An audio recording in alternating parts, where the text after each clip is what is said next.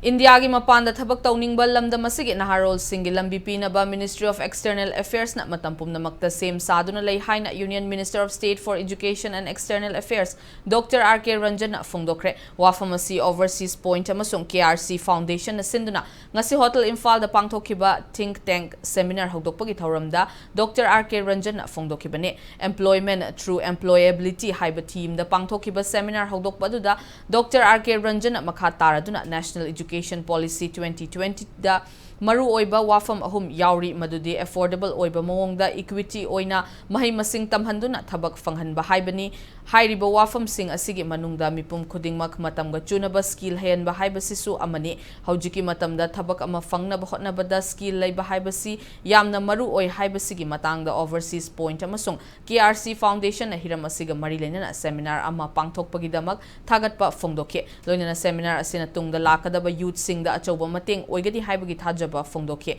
seminar adu hawdokpada Youth Affairs and Sports Minister Govindas Konthaujam Manipur Public Service Commission ge former chairman Lieutenant General L Nisikanta su sarukyakhe loinana seminar adu ge technical session da Babina Group of Companies ki chairman Dr. Thangjam Dabalina chingba akhang ahi kayana sarukyadun wangangkhe